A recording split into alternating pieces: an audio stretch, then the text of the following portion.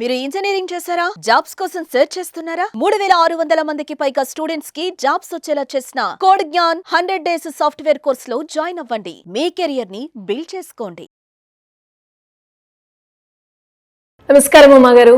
నమస్తే అమ్మా. ఈసారి హనుమాన్ జయంతి ఎప్పుడు వస్తుంది? ఆ రోజు మనం ఆచరించాల్సిన పూజా విధానం అండ్ అలాగే ఆ రోజు యొక్క ప్రత్యేకత ఏంటి గురుగారు? ఈ యొక్క చైత్ర పౌర్ణమి ఏప్రిల్ 12వ తారీఖు పౌర్ణమి శనివారము హనుమాన్ జయంతి అయిందమ్మా.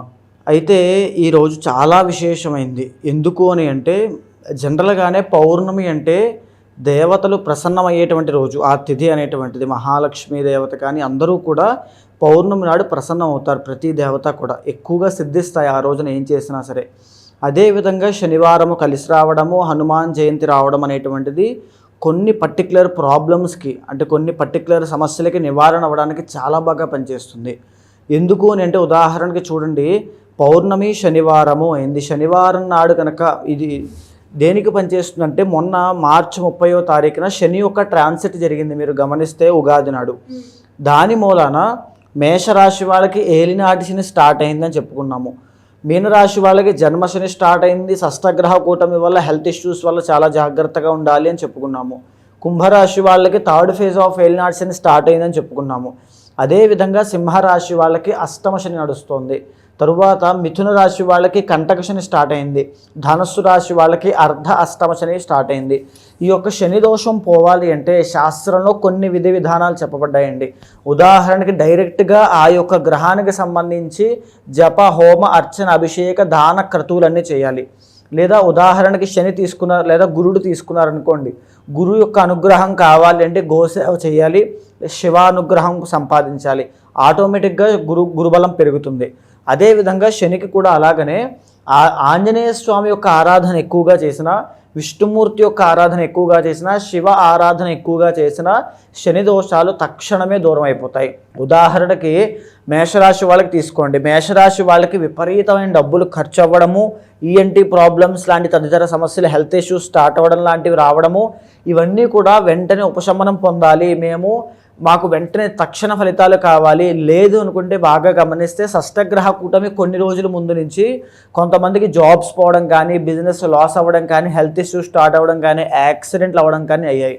వాళ్ళందరికీ కూడా ఆ దోషం పరిపూర్ణంగా పోవాలి అంటే ఈ రోజున సద్వినియోగం చేసుకోవాలి. అంటే వాళ్ళే కాదండి, ఇంకా చెప్పుకుంటూ పోతే మనం మీనరాశి వాళ్ళకి హెల్త్ ఇష్యూస్ అయితే, కుంభరాశి వాళ్ళకి ఆర్థిక సమస్యల విషయంలో చాలా జాగ్రత్తగా ఉండాలి. ఈ రోజుని తప్పకుండా సద్వినియోగం చేసుకోవాలి.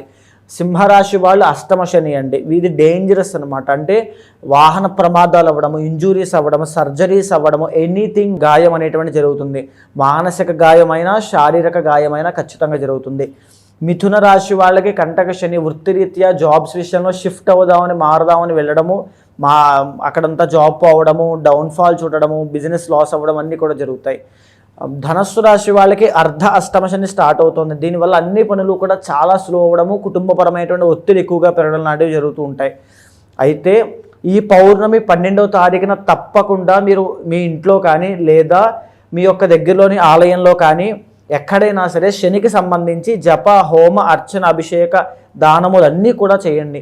శనికి 19,000 సంఖ్య జపం చేయించండి, తరువాత తర్పణం చేయించండి, మార్జనము చేయించండి, హోమము చేయించండి, నల్ల నువ్వులు దానంగా ఇవ్వండి. ఇవన్నీ ఇచ్చిన తర్వాత దగ్గరలో శనేశ్వర ఆలయం ఉంటే దర్శనం చేసుకోండి, లేదా శివాలయంలో ఉండేటువంటి నవగ్రహాల చుట్టూ 19 సార్లు ప్రదక్షిణాలు చేయండి. శివానుగ్రహం కోసం పంచామృతాలతో శివుడికి అభిషేకం తప్పకుండా చేయించండి. ఇలా ఎవ్వరు చేసినా ఇప్పుడు నేను చెప్పినటువంటి రాశుల వాళ్ళు ఎవరైతే బాధపడుతూ ఉన్నారో ఈ రోజునే మొత్తం కంప్లీట్ అయిపోవాలి. శనికి సంబంధించి జపాలైనా, హోమమైనా, మార్జనమైనా, తర్పణమైనా, భోజన సమారాధనైనా, లేకపోతే దానములైనా అన్ని ప్రాసెస్ అంతా కూడా, ఈ పురస్కరణ అంతా కూడా ఈ రోజునే కంప్లీట్ అయ్యేలా చూసుకోండి. ఎవరైతే ఇలా చేస్తారో తప్పకుండా మీరు గుర్తుపెట్టుకోండి, శని యొక్క ప్రభావము 2.5 సంవత్సరాల పాటు మిమ్మల్ని ఏమీ చెయ్యదు. లేదా అలా చేసుకోలేని వాళ్ళు ఇంట్లోనే ఆ రోజంతా ఉపవాసం ఉండి పళ్ళు పలహారములు తీసుకుంటూ హనుమాన్ చాలీసా 108 సార్లు పారాయణ చేయండి. ఎవరైతే హనుమాన్ చాలీసా 108 సార్లు పారాయణ చేస్తారో ఉద్యోగం లేని వాళ్ళకి ఉద్యోగం వస్తుంది తప్పకుండా. తరువాత విపరీతమైన అనారోగ్య సమస్యలు ఉన్న వాళ్ళకి అనారోగ్య సమస్యలు తగ్గుతాయి. శని ప్రభావం చేత మానసిక రుగ్మతలతో ఫ్యామిలీ లైఫ్లో ఎన్నో డిస్టర్బెన్సెస్ ఉండి కుటుంబ కలహాలతో ఇబ్బంది పడే వాళ్ళందరికీ కూడా అవన్నీ దూరం అయిపోతాయి. హనుమాన్ చాలీసా. తరువాత ఇంకొకటి అత్యంత ముఖ్యమైనటువంటిది, ఆ రోజున సూర్యోదయం వేళ సూర్యుడికి అభిముఖంగా కూర్చుని ఆదిత్య హృదయాన్ని పారాయణ చేయడం అండి. ఆ రోజున ఆదిత్య హృదయం పారాయణ చేయడం ఎయిదర్ ఉమెన్ చేసినా మెన్ చేసినా ఎవరు చేసినా తిరుగులేనటువంటి సంపూర్ణ ఆరోగ్యము, తేజస్సు, జయము కలుగుతాయి. జయము అంటే సక్సెస్ అండి.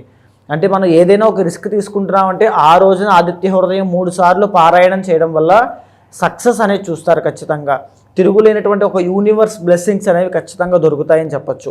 అయితే ఎవరైతే జాబ్ కోసం ట్రై చేస్తున్నారో వాళ్ళ కోసము ఒక మంత్రం చెప్పబడింది.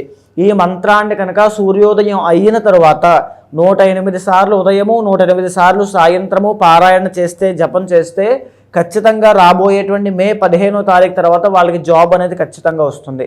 హనుమాన్ సర్వధర్మజ్ఞ సర్వపీడా వినాశినే ఉద్యోగ ప్రాప్తి సిద్ధ్యర్థం శివరూపా నమోస్తుతే.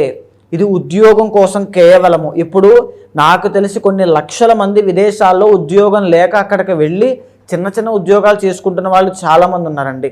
వాళ్ళందరూ కూడా ఈ మంత్రాన్ని మానకుండా ఆ రోజు వీలైతే సహస్రము అంటే 1000 సార్లు జపం చేయాలి. లేదా ఉదయం 108 సాయంత్రం 108 చేస్తే ఖచ్చితంగా మీకు జాబ్ అనేది వస్తుంది. ఇది 100% రాసి పెట్టుకోండి. తరువాత ఏమిటి అంటే ఎవరైతే తీవ్రమైనటువంటి అనారోగ్య సమస్యలతో ఇబ్బంది పడుతున్నారో, ఎవరికైతే క్రానిక్ డిసార్డర్స్ వచ్చాయో, భయకంపితులైపోతున్నారో, నాకేమైపోతుందో ఏంటో అనేటువంటిది ఆ రోజున ఇప్పుడు నేను చెప్పబోయేటువంటి మంత్రాన్ని మానకుండా జపం చేయండి. 108 సార్లు ఉదయము 108 సార్లు సాయంత్రము. ఓం శ్రీ వజ్రదేహాయ రామభక్తాయ వాయుపుత్రాయ నమోస్తుతే. ఇది తప్పకుండా ఇది మంత్రాన్ని ఎప్పుడైతే జపం చేస్తారో వజ్రదేహము అంటే సంపూర్ణమైనటువంటి ఆరోగ్యం కలిగించేటువంటి దేహం అనేటువంటిది, శరీరం అనేటువంటిది లభిస్తుంది. ఖచ్చితంగా ఇది ఉపయోగించుకోండి.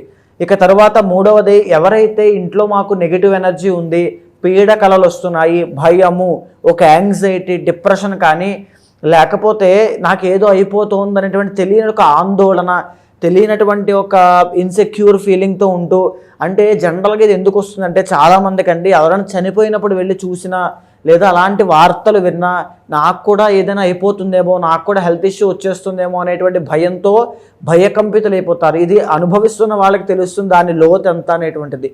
ఆ రోజున తప్పకుండా ఓం హనుమతే నమః అనేటువంటి మంత్రాన్ని 1000 సార్లు జపం చేయండి.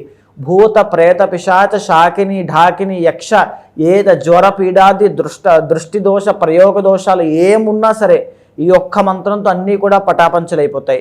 ఆ రోజు అందరూ కూడా హనుమాన్ గుడికి అయితే వెళ్ళడం మనం చూస్తూ ఉంటాం. అలాగే ఇంకా ఏ దైవ దర్శనం అయినా మనం ఆ రోజు చేయొచ్చు అంటారా? తప్పకుండా అండి. ఆంజనేయ స్వామి గుడితో పాటు శ్రీ రామచంద్రమూర్తి యొక్క దర్శనం చేసుకోండి. శని దోషం ఉన్నటువంటి వాళ్ళు, జాతకంలో దశ అంతర్దశలు ఉన్నటువంటి వాళ్ళు, లేదా శని దోషం వల్ల పీడింపబడుతున్నటువంటి వాళ్ళు, శని దోషం ఉందా లేదా తెలుసుకోవాలి అంటే ఎలాగా అనుకుంటే దుఃఖము, శని దుఃఖకారకుడు అండి. అంటే ఏదో విధంగా బాధ అనేటువంటిది వస్తుంది అంటే శని దోషం ఉండడం వల్లే వస్తుంది. ఏదో విధంగా ఏదో ఒక కర్మ అనుభవిస్తున్నామంటే కర్మకారకుడైన శని దోషం ఉండడం వల్లే వస్తుంది. అలాంటి వాళ్ళు ప్రతి ఒక్కరూ కూడా శివాలయంలో నవగ్రహాలు అని చెప్పబడతాయి. ఆ నవగ్రహాల చుట్టూ 19 ప్రదక్షిణాలు చేసి శని భగవానుడి దగ్గర పశ్చిమ దిక్కు వైపు ఫేసింగ్ చేస్తూ ఉంటారు. ఆయన దగ్గర నల్ల నువ్వుల నూనె, పత్తి అంటే కాటన్ అండి, దూది, మేకు అంటే ఐరన్ పదార్థము, ఉప్పు, కళ్ళుప్పు అంటే రాక్ సాల్ట్ అండి. ఈ పదార్థాలన్నీ కూడా స్వామికి సమర్పించి నల్ల నువ్వుల నూనెతో స్వామికి అభిషేకం చేయండి. శని యొక్క దోషాలన్నీ కూడా పటాపంచలు అవుతాయి. పరిపూర్ణమైన ఉపశమనాన్ని మీరు అనుభవిస్తారు. థ్యాంక్ యూ అండి. Thank you so much. నమస్తే.